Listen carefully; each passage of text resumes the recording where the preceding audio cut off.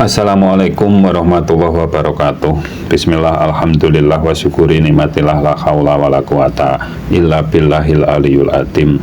Dajjal banyak diikuti wanita. Apakah benar demikian? Kemungkinannya ada dua.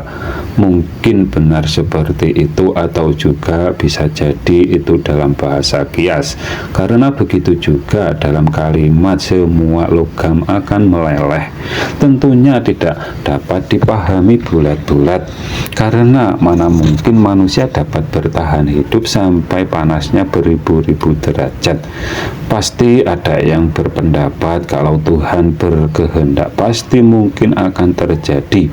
Akan tetapi kami rasa semua yang ada pasti tidak terlepas dari hukum sebab akibat. Seperti hukum alam itu juga yang menciptakan Allah Subhanahu wa Ta'ala, tidak terjadi begitu saja atas alam itu sendiri, atau semua yang ada tidak terlepas dari kuasanya Allah Subhanahu wa Ta'ala. Ini dalam keilmuan hakikat atau iman Islam. Begitu juga dalam cerita yang menjadi pengikutnya Dajjal itu kaum perempuan yang paling banyak.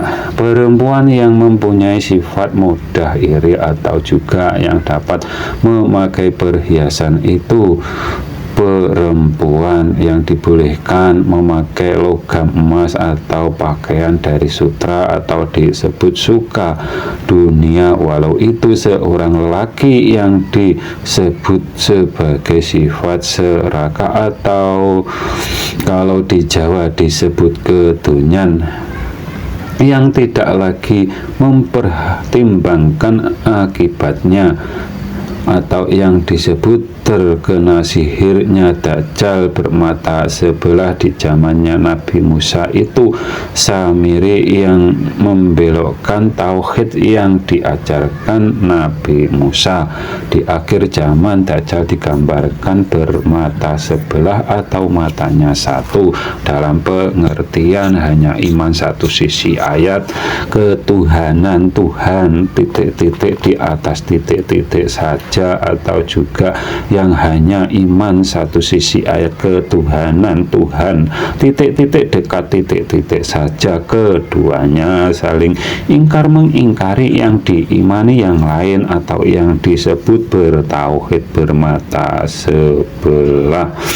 Dan ada dua tersebut banyak saat ini para ustadz yang penting ada gajiannya dan ingkar sisi ayat yang lain. Juga yang lagi viral yang disebut Abah Aus yang tidak percaya dengan Nabi akhir zaman itu baginda Nabi Muhammad Shallallahu Alaihi Wasallam. Abah Aus itu hanya salah satu contoh kesesatan yang melakukan thariqah atau menyelisihi dari sumber ilmu thariqah tersebut, atau tauhidnya sudah tidak sama dengan guru yang pertamanya. Ada juga yang sudah berani merampas sifat wenangnya Allah Subhanahu wa Ta'ala. Mereka mempromosikan dapat menjadikan orang lain menjadi walinya Allah Subhanahu wa Ta'ala. Tauhidnya kurang lebih sepertinya dirinya disamakan Yesus, sedangkan Abah Aus menganggap atau mengangkat Rocky Gerung menjadi Rasulullah. Apabila ada kata yang salah kami mohon maaf. Akhirus salam, wassalamualaikum warahmatullahi wabarakatuh.